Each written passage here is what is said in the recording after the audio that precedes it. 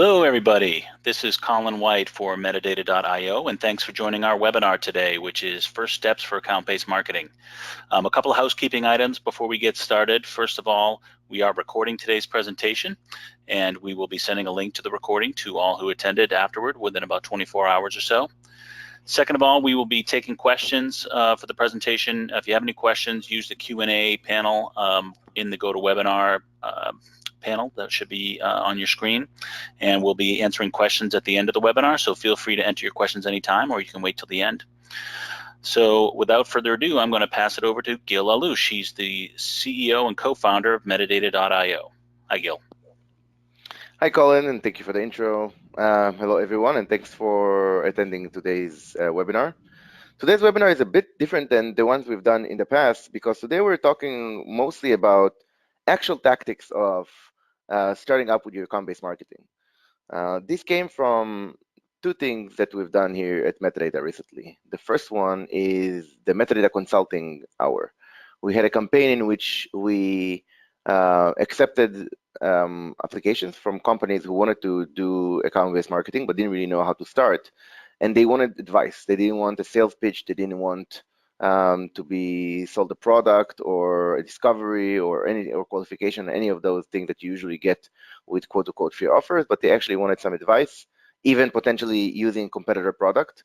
And so we did that, and that was very, very insightful because first of all, we did close some business from it, which shows that even if you just kind of open up and give advice, there's still a lot of commercial value that can come through. But more interestingly than that, we received a lot of interesting repeating pattern of what people are stuck with. They don't know how to do change management to get the budget. They don't know how to work with sales. So there are a bunch of things that we learned from it.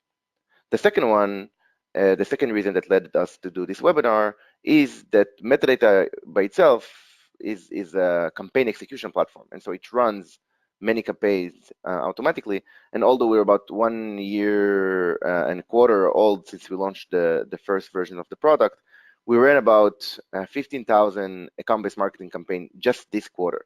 And so we look at the data and see what works, what doesn't work. So together with the most common questions and challenges, as well as some results that we see from the platform, we wanted to sharing these results with you guys. All right, so myself, I'm the co-founder and CEO of the company. I'm a software engineer in my background, but I've been running marketing for B2B companies for about 8 years prior to starting this company, Metadata. So just a little bit of background, why are we here? The big challenge for CMOs, and we're talking about B2B CMOs and B2B companies, the big challenge for CMOs is that they're now on target to build pipeline for sales.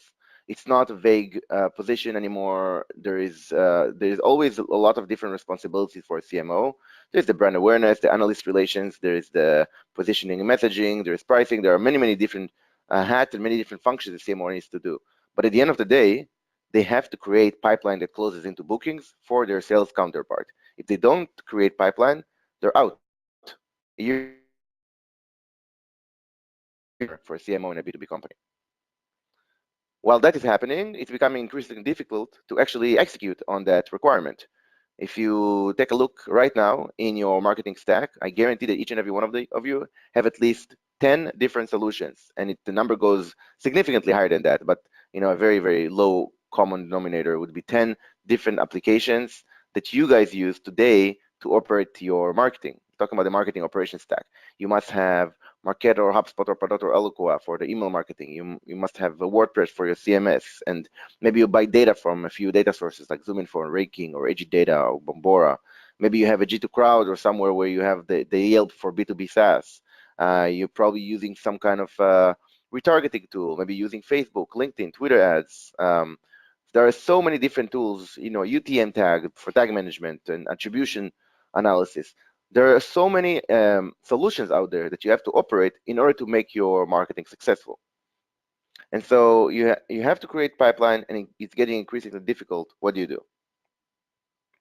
So going back to why we're having this webinar to begin with, we at Metadata think that it's getting very, very difficult to start operating each and every one of those any one of those tools. And so we came up with the platform that essentially executes campaigns for you. It uses the existing stack you already have to run campaigns in an automated fashion, and it's learning over time based on what pipeline is being created, what is being closed, so on and so forth. And so in the last quarter alone, we're seeing more and more campaigns. If you can see Q1 of 2018, we had about 15,000 campaigns. This past quarter, we had about 30,000. So the number grows over and over. One reason is because we have more customers. The other one, and it's a bigger impact, is because those customers are handing off more and more work to the AI. If in the first few months a customer is kind of very hesitant, will AI really execute proper campaign for me? Is it going to start using weird, weird variables, weird language, weird pictures, weird audiences, so on and so forth? And after a little bit, they see the results. They see how many dozens of hours per week they saved, and so they head into moving more and more budget, more and more campaigns to the AI. But this gives us crazy kind of insight that we wouldn't otherwise have. And so let's start with the first step. When you need to execute an account-based marketing, the first thing you need to figure out is, who are you going after? What is the list of companies out there that you need to target in order to start building business for yourself? And so, in B2B marketing, there is no excuse on doing what is used to be called spray and pray. There is no reason for a spray and pray approach. You don't need to shoot everywhere and see where it sticks. As a B2B company, you have a product that is probably fairly expensive. You have a very limited universe of companies that need your product, can afford your product, and are interested in it now. And so those three qualifiers makes your universe, or your total addressable market, if you will, much smaller than the whole world. And so the first step is to try to figure out how that total addressable market translates into a list of companies. So let's figure it out. The first thing that you want to do is start building that list. You can do it in a few different ways. You can use it, you can come up with a list just on using your sales counterpart. You can essentially go to your sales counterpart, tell them like, listen, what are the 10,000 accounts you're going after? What are the 5,000 accounts you already qualified? You already bent them. You already know they're relevant to you, either because they're in the right target industry, right size of companies, so on and so forth. So first of all, come up with that list of accounts. There are many ways to do it. One of the easiest ways is just to go to your sales counterpart and see if you already have that list, because they're already calling and outbounding these people all day long. Second way to do it is you can buy data. You can go to LeadFerret or ZoomInfo, Inside View, or PIPL, or if you're using like demographics, like size of company, industry, location, so on and so forth. Those data sources have that. If you're trying to go after your competitors, you can use HG Data or Datanize, one of those solutions. Those can tell you, I am Marketo, I'm looking for other companies using competing solutions, so I want to see a list of companies currently using HubSpot and Pardot and Eloqua and other solutions that are similar. Or you can use a buyer intent. You can say to Umbara or one of those companies, G2 Crowd, I want a list of companies that in the past month have been looking at my category. Let's say it's account-based marketing. I want a list of companies who in the past month showed interest, went to Gartner Magic Quadrant and looked at account-based marketing, went to Forrester Wave and looked at account-based marketing, went to G2 Crowd and looked at companies in my space. So you can generate those lists in many multiple ways.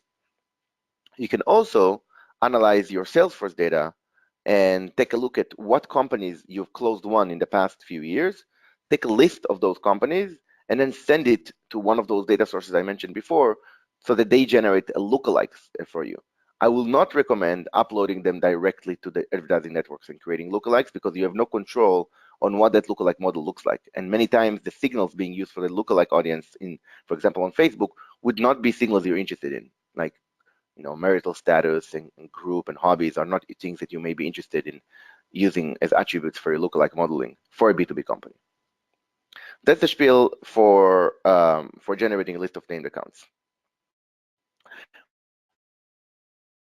With metadata, because I'm going to show the alternatives in each and every one of those steps. within our custom audience, you can quickly create some of those audiences. This one is using demographics. There's another tab that we're not showing here that you can do it with technologies, another tab that you can use with buyer intent. So in fact, within a platform like Metadata, you can create those audiences right off the bat with the platform. You can say, I'm going after computer software. This is the number of employees I'm looking for. This is the revenue. They need to be in the US. I'm going after the marketing function, blah, blah, blah. And you'll generate a list of companies. Or say, I'm looking for companies using particular technologies, or I'm looking for companies using looking for particular subjects. You can also, from the platform, analyze your Salesforce data and generate lookalikes automatically. So those options are automated with the platform like Metadata, but they can also be manually executed by you. The most important thing to remember here is to go through the practice of generating the list of named accounts. And most important is, once you have the list of named accounts, to go to your sales counterpart, show them the result, and get their agreement. One of the biggest challenges that marketeers are facing with account-based marketing is not having the collaboration and the help from their sales counterpart. So making them a part of the project and making the salesperson, having them help decide some of the things like the companies you're going after or the personas you're going after, so on and so forth, is very important to get the buy-in from your sales counterpart. So very important, once you get the list, go to sales and approve that if you were to convert those accounts as leads, would your sales counterpart be delighted? Can they close those deals? Will they be happy?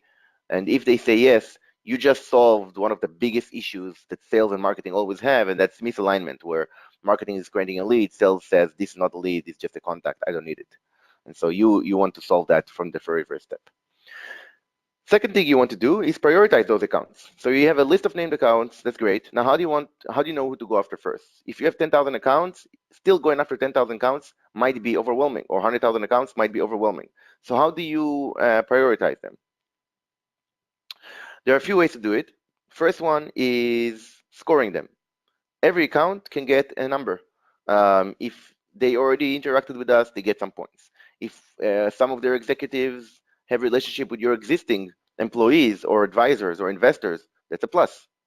When you get an introduction to, let's say you guys are going after a CMO, when you get an introduction to the CMO from the CEO, or you get an introduction to the CMO from a board member, it gets weight. The likelihood of that meeting to happen is very high.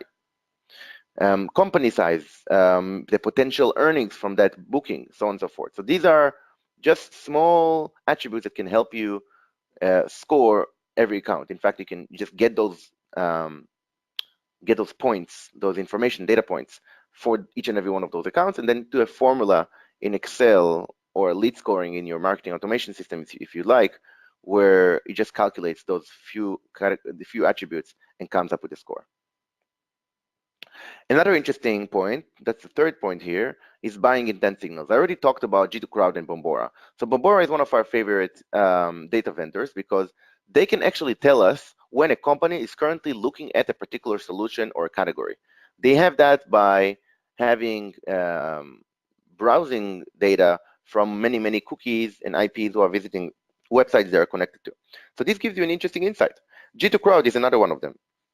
If you're in the B2B SaaS world, you are very familiar with Trust Radius and G2 Crowd because those companies and those websites basically collect feedback from customers about those solutions. So if your pricing is too high, or if your customer support is not working well, you will see negative feedback on your product and page on G2 Crowd, and vice versa. If you have a really good customer success and your everything is transparent and customers are having a good experience, you'll start getting good reviews. It's basically just like Yelp for B2B SaaS. And so one, it's very helpful to have that profile because it's going to generate some business for you. But secondly, you can actually use the data from G2 Crowd to know who to target. For example, we get every few weeks from G2 Crowd a list of companies that are spending time on the account-based marketing category, and it has a lot of interesting info inside. And so we can use that data later on for targeting. So again, one of the things I want to make sure we talk about is that you have to make sure that once you have that list, that list is being shared with your customers. So you should not finish this exercise without talking to your sales counterpart and saying, this is the list of companies we're about to target. I need your confirmation that these are the types of companies that if we were to convert them into leads, you'll be delighted and you can close business. You have to get their approval because then you can go to work together versus trying something on your own. This is just an example of Umbara. If you go to their website and say, I'm looking for companies that are currently interested in account-based marketing, this is what you would see. You would start seeing some examples.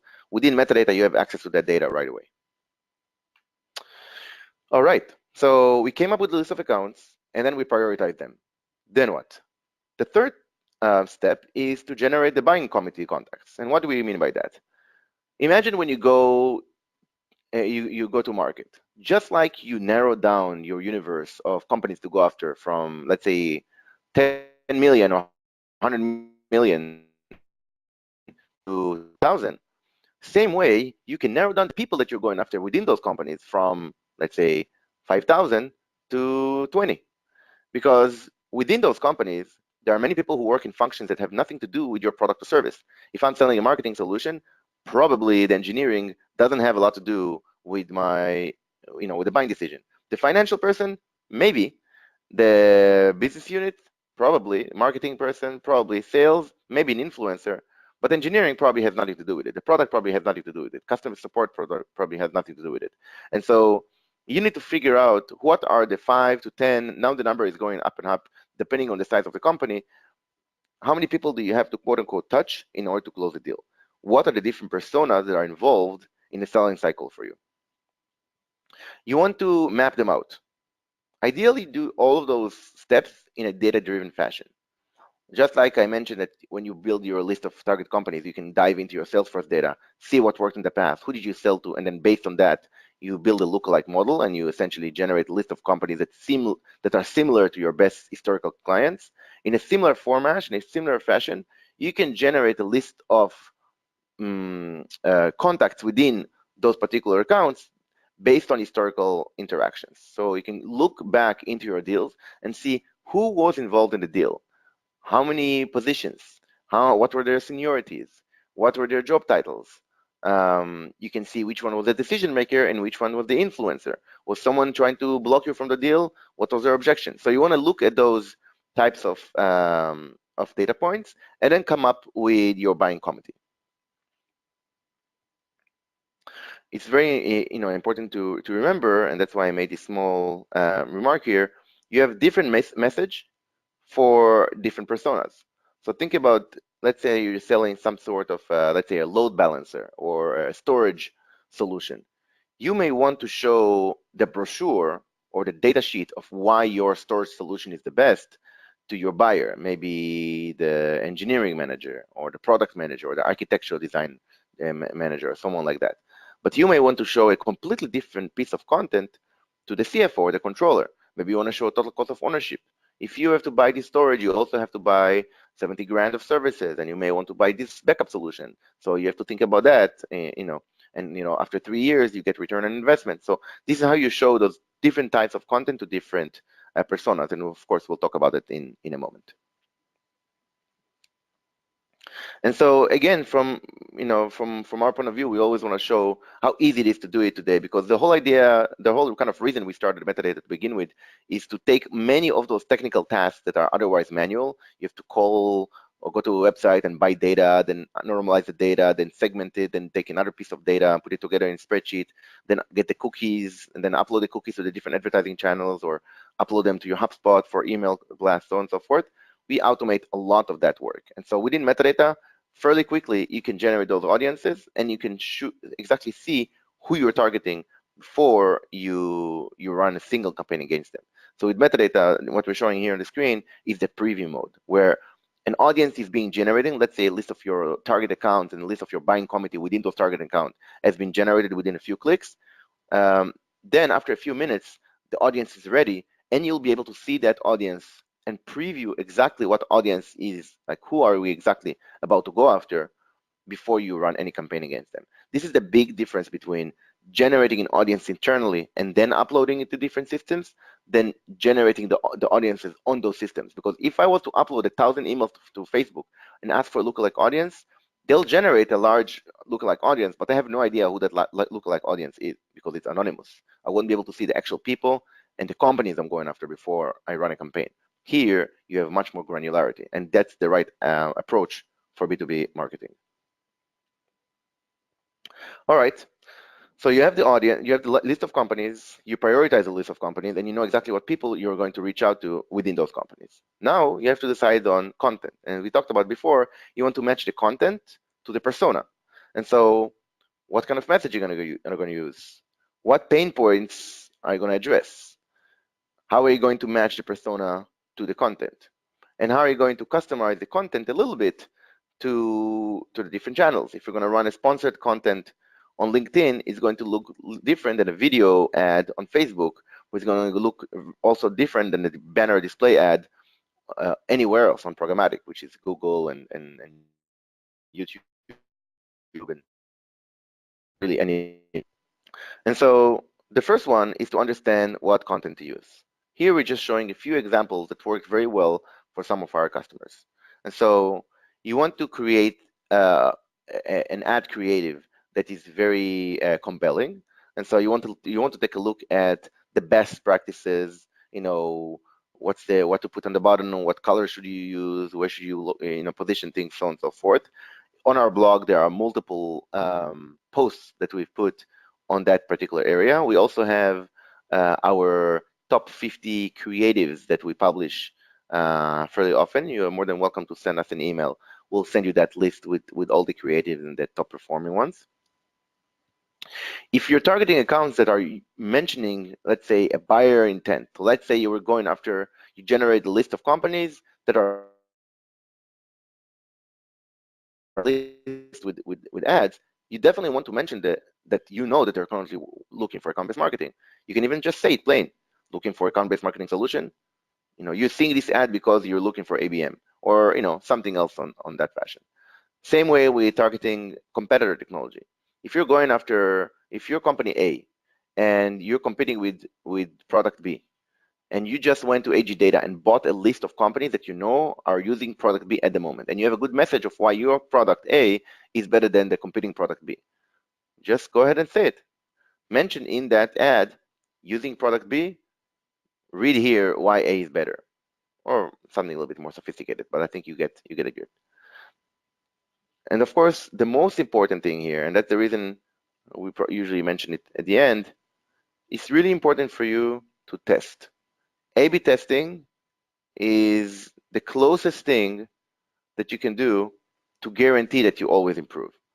Granted, A/B testing is a little too slow because A/B testing only allows you to test one variable at a time. So you want to test a subject, you can do a few subjects, do A/B testing on the subject. You have different creative, you can do a few different creatives and test them. You will still have to create one campaign for each and every one of those variants until you get to all of the testing. But really, testing is the most viable way to optimize your campaigns. There is no other known way today to hit the right campaign right off, right on the spot. If you're paying a really good agency and they happen to already know your target, persona and industry and so on and so forth, and they already did a successful campaign and they know exactly what will be for you, and they can try it, it may work. But otherwise, you will have to trial and error over and over and over. Try this message with this persona on this channel with this campaign type, and try many of those variations until it works. One of the things before I jump into the next one of the things to remember is if you do have a multivariate experimentation kind of platform, like Metadata is essentially exactly that. We allow you to import all of your collateral, creatives, audiences, channels, and campaign types, and the system will automatically try to multivariate experiment against all the possible variables. It will try every piece of content with every persona on every channel, and every audience segment, so on and so forth, until it finds the most successful campaign, and then give them more and more budget and double down on the investment there. But if you don't have something like that, we highly recommend that you open up a spreadsheet and have a number of experiments that you want to go through in the quarter, and then you start going through them, and you look at it on a daily basis and see which campaigns are successful, which ones are failing, and not on the level of impressions or clicks or email opens or anything like that. We're talking about pipeline impact. So if you're generating, let's say, 200 leads a month, look how many of those leads actually progress into an MQL and SQL pipeline, so and booking, so on and so forth, because that's the kind of ammunition you need to go get more budget to your ABA campaign.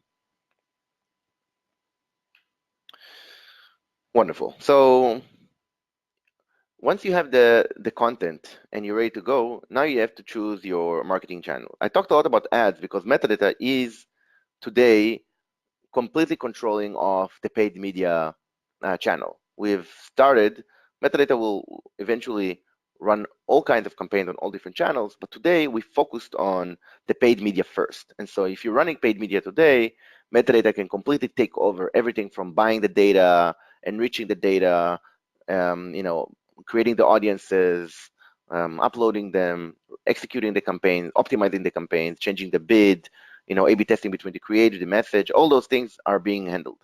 So that's nice. But what about the other channels? Even we have channels that we want to execute on that our platform doesn't support yet. And so direct mail is one of those examples I'm gonna start with. So direct mail is a nice, simple type of campaign that allows you to really go after your target account in a fairly active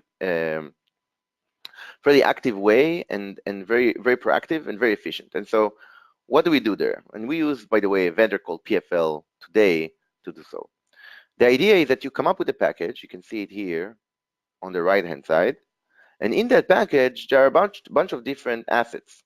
We, for example, put our brochure, but we also put a box of candy, a gift card, and a few other things. If you're one of our target accounts, you may have received that package. And so what happens is you are sending that package to a particular buyer within a particular company. They wake up in the morning, they go to the office, and there's a package waiting for them. They open that package. Of course, there are some goodies in there, but also some information. So first of all, you just got some brain share or mind share from your customer. But also, right after they get this package, or even a day before, usually they're going to get an email. So they're going to get an email first saying, "Hey, this is Logan from Metadata. Just FYI, you're going to get a package for me tomorrow. Is this the right address for you?" If it's the right address, you say yes, or you don't reply. If it's the wrong address, you reply, and then we can reroute the package. Then you're going to get the package right after. And meanwhile, while you're getting those packages and having those conversations over email with the sales counterpart, you're also going to start seeing ads from metadata showing up on your social channels. You may also go to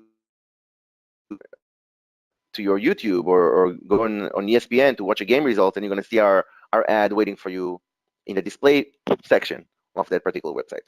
And then finally, you may even get a phone call from the sales. So the idea is to really go after your target accounts. One of the advantages here, the account-based marketing, is that you're really narrowing down the audience you're going after. So instead of going after 1 million people, you're going after 10,000. That's awesome. You just reduce it by 100 times.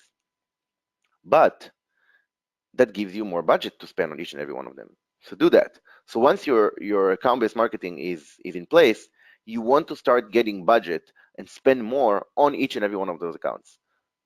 Running direct mail, with email, with ads, and retargeting, and phone calls. This will guarantee that at the very least, if you know that this is the right accounts to go after, you hit them in every possible channel. So this is how we recommend doing that. We recommend doing omni-channel and multi-channel approach to really show your persona within that company, who you are, and that you're very interested in getting in touch with them. And if you get an objection, or you get a no, it's good to know. Maybe the timing is wrong or what have you. You want to do that work for your salesperson so that they don't have to go through that objection and go through that discovery call for no reason. You want to give them already leads that already have gone through that qualification. And then execution. There's nothing more critical than taking all that and starting to do some experimentation. And so once you have the channels, you have the content, execution is in place. You want to start doing some testing very early on, meaning when you're doing the direct mail campaign, and when you're doing the ads, and when you're sending the emails, and when you're doing the phone calls, you may want to have a consultant, an employee, an investor, or even yourself as one of those prospects. Even if it's going to cost you $30 more to run another direct mail package to yourself, by doing so, you will know how does the email look like when the sales counterpart, when your sales SDRs sending that email, did the package arrive or is this the right address? Is the email appropriate? When you get that package, you want to see what shape is the package. Does it look good? Is it visually compelling? Are the candies tasty? Maybe you want to see how the ads look like. Are they interruptive? Are they good? Are they targeted?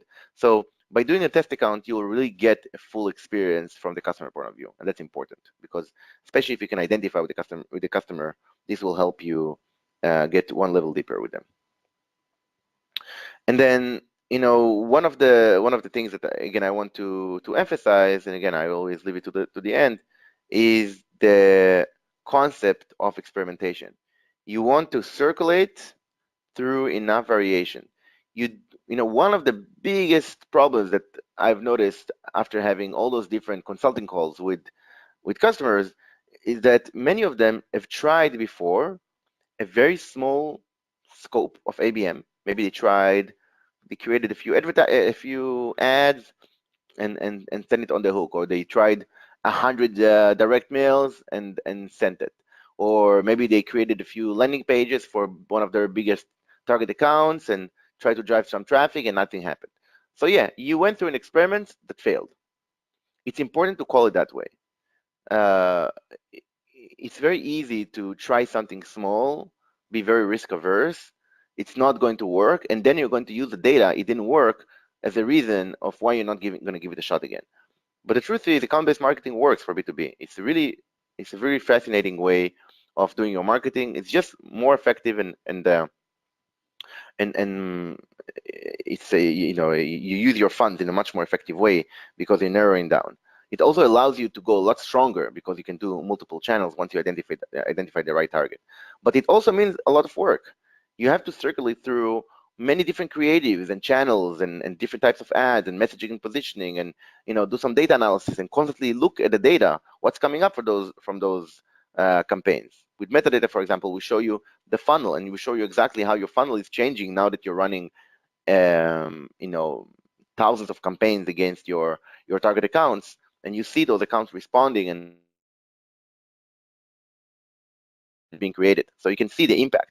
But however you do this, even if you do it completely manually, you have to make sure to try enough types of campaigns and maybe give it a big scope. Like, let's say you're going to invest $10,000 in account-based marketing experiment. You really go all in and try all kinds of variations before you decide, okay, I really need to give it a good amount of time. I guess that's the biggest outcome here. So measurement. How do you measure whether it's successful or not? So first of all, you need to create reports.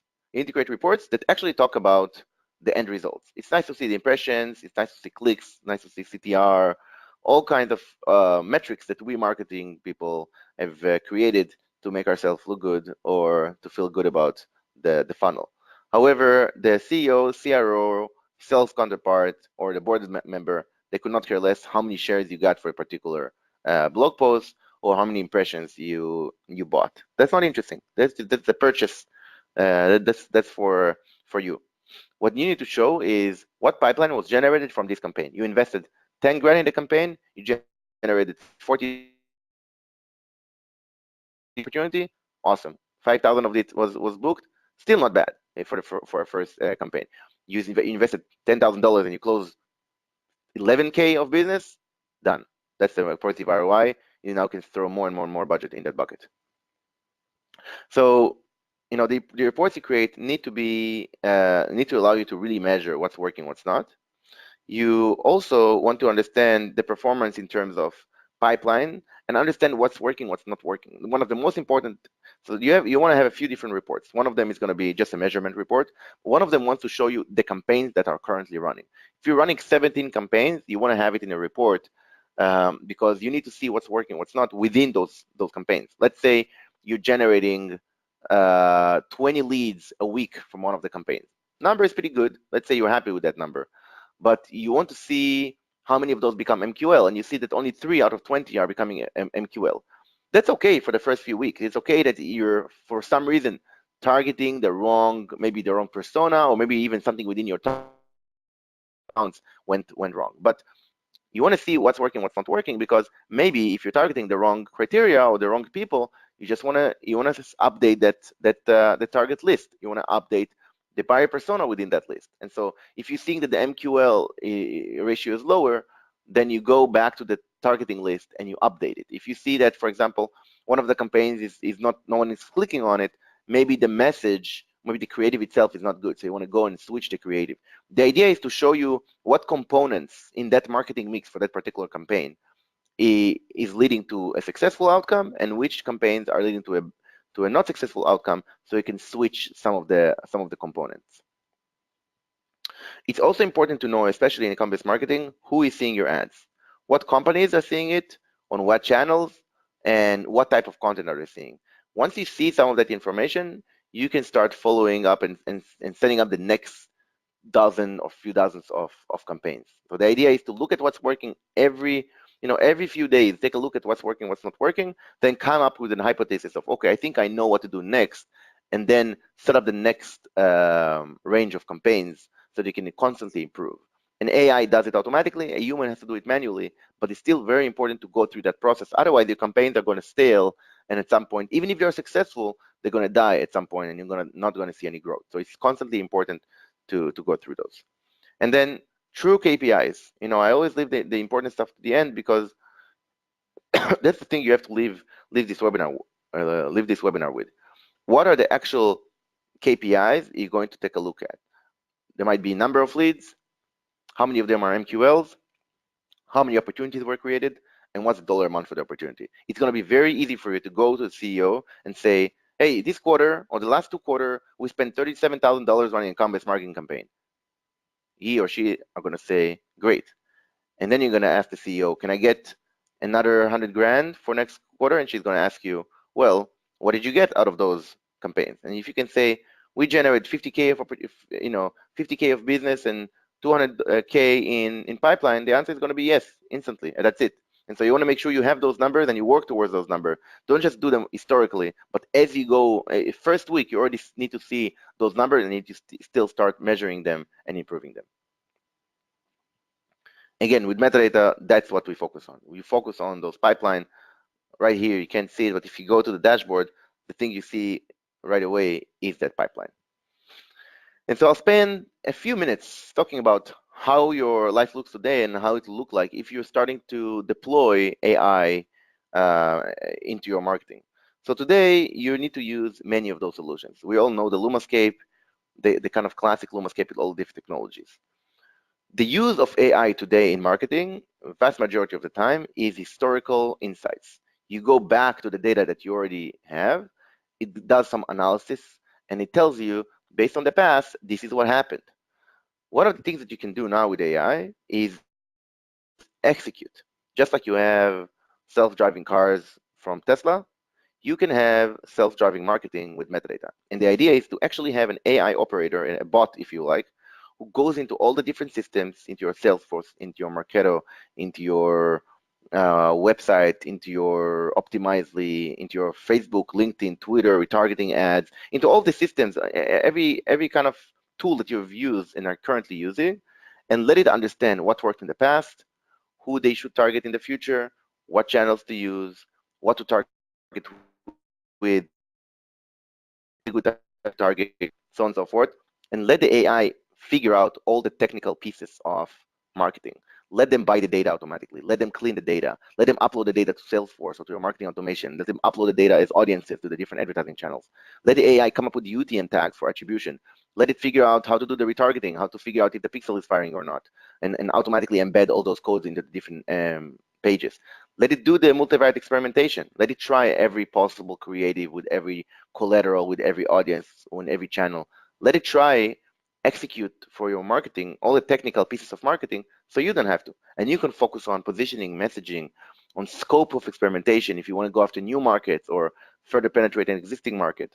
That's the idea of a platform like the one we built. It tries to save you dozens of hours per week, but more important, it scales your abilities to do what you want to do. gives you capabilities where instead of able to run 10 campaigns, because that's all you can think about or process within your mind and all the time that you have executing all of those campaigns, imagine you can run thousands of campaigns.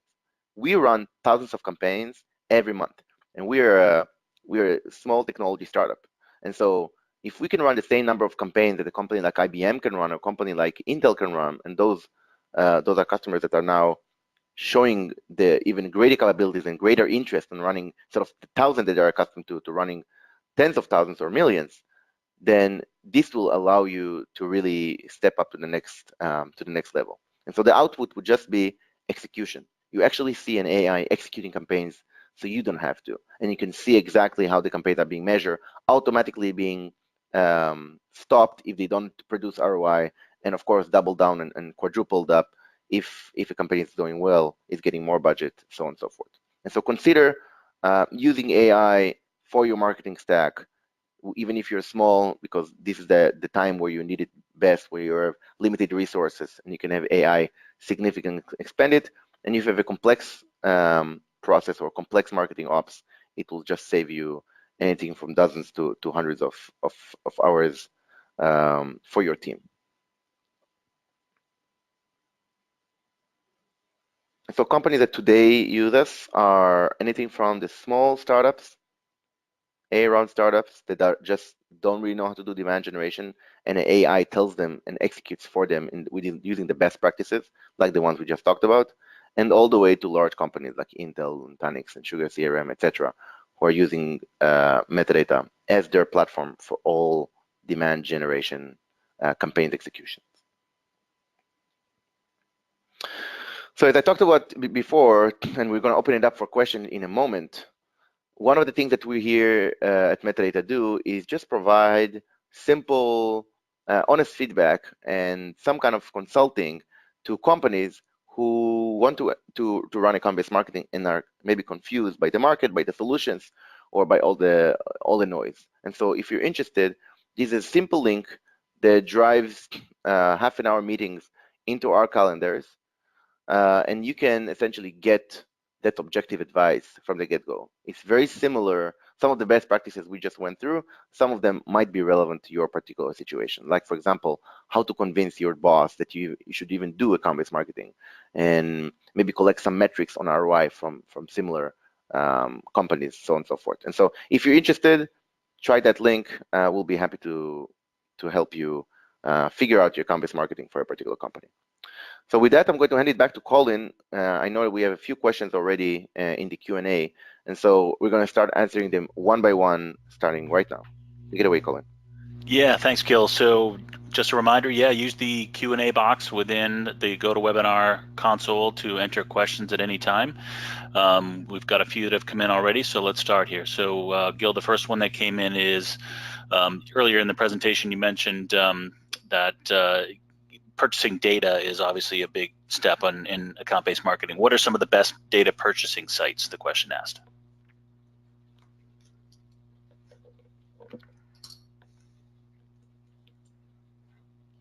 Gil? Oh, sorry, I was on mute. Yeah, can you repeat the question? Can you repeat the question? About the... Yeah, one of the questions was, the first question here is, what you earlier in the presentation you mentioned purchasing data as part of the ABM process. What are some of the best data purchasing sites?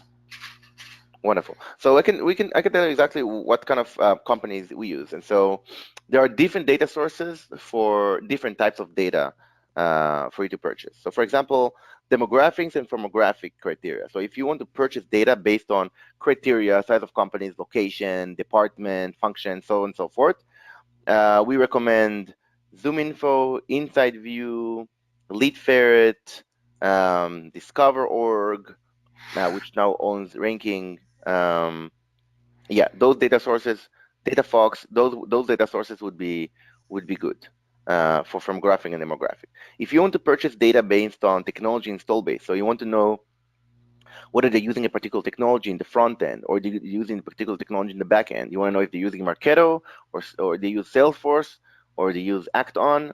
You can use websites like AG Data or Datanize. If you want to understand what you use in the backend, like are you using Microsoft Azure or AWS, are you using Nutanix or some other storage solution, and AG Data is your data source. And then finally, there's the buyer intent. If you want to find companies based on what interests them currently, you can buy data from Umbara, you can buy data from G2 Crowd. And I should mention that all those data sources I just mentioned are available for you um, from within the metadata platform. So we're already connected to all of those data sources. And so you can, through the platform, automatically build those audiences from the platform. Okay. Next question is just about the types of systems. Earlier on you mentioned the types of systems that that metadata integrates with. Can you just talk a little bit about the systems that you integrate with? Are they sort of pre-built connections, or they have to be created each time? So these are pre-built. We have a few. The goal is to really expand it to hundreds of different solutions that we can connect to. Today we're in the dozens, and so we connect to solutions like Marketo today, HubSpot, Salesforce, Facebook, LinkedIn, and programmatic retargeting. And so today we connect your marketing automation, your CRM, and your advertising solutions. We are already connected in the backend to all the data sources that I've mentioned before, and so those are the integrations that are already in place. They're all native, so it's a one-click OAuth connect. And the kind of work that we do is different. So like, for example, with Salesforce, the connection is for two reasons. One is for pool, to understand what worked in the past. So it will pull all of your opportunities, it will rank them, it will enrich all the data, it will run some analysis, machine learning to understand who is your ideal customer profile, what are the kind of companies you're going after, generate lookalikes, etc. And then the second one would be to understand after experiments and campaigns are being executed, what types of data can we see on sales from those leads? So if it has been a month, did that lead become an opportunity? How many opportunities? What's the dollar sign? So on and so forth. That's the type of integration that we did. We also have an integration with Zapier. So if your system is not supported natively by our platform just yet, Zapier connector is very likely to be able to allow us to connect and still pull and push data using a webhook to your particular technology. Okay, awesome. So next question, how do you recommend that a small business determines a budget for account-based marketing? For example, a $5 million service company. Well, that's a good question. I guess it's going to be a budget that you can spend that you would otherwise spend on a traditional way of marketing. So if you're accustomed to buying lists, or you're accustomed to paying your agency, or you're accustomed to doing something that has been working, but maybe there's still something that could be improved. This is where you can say, hey, listen, for the next 2 quarters, for the next 6 months, I'm going to spend the $50,000 I would otherwise spend on a new website launch, or on buying a list from ranking, or by paying this telemarketing agency. Instead of doing the same or more of the same, I'm going to try this other approach. I'm going to put 50 grand into account-based marketing, into the data, into the channel, into the budget for advertising, into the direct mailers, what have you. I'm going to spend that money and see what I get back, and then compare apples to the other known entity that I used to invest the same money in. And so that's how I would do it for a small medium business. Okay, we've got one more question here. Does the metadata solution include capabilities to create ad creatives, or is that something that needs to come from outside the system? So the AI today doesn't automatically come up with creative. We have tried. There's one vendor that we tried in the past to see if they can automatically create the creative. Hasn't worked. Meaning the solution is there, but the quality was not there. And so today you have to supply the platform with your creatives. Um, the messaging and positioning, the creative, they are yours. Meaning a customer has to provide them, because you have to keep the brand and the quality of the brand when you run those ads, and you don't want to go outside of the messaging and positioning that the customer provides, or images that the customer provides. However, let's say you have 5 pieces of collateral and you have 10 types of creatives. Now you end up with, let's say, so you have 2 ebooks and 1 webinar and 2 white papers, and you have 10 creatives for each. Now, trying to set up all those particular campaign is going to be very, very hard.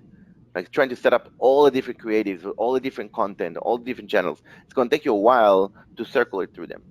The competitive advantage here is that all of those campaigns will be automatically set up by the platform. So here, I don't know if you still see the screen, you can see how you can drag and drop audiences, and then later you can drag and drop the ad and drag and drop the creative and everything else to just allow for a very quick experimentation. So let's say you end up with 600 possible campaigns because you have all those creatives and all those channels and collateral audiences, etc.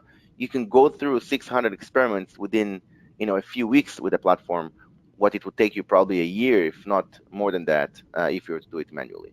And so that's the advantage, but you still have to supply with the creative part until AI knows how to do it better than humans.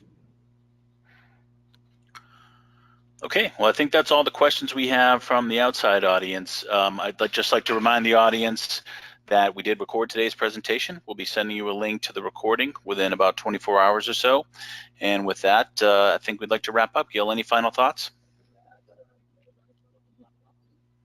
No, nothing here. As I mentioned before, you guys are more than welcome to shoot us an email or any kind of request if you have educationally about account-based marketing or demand generation for a B2B company.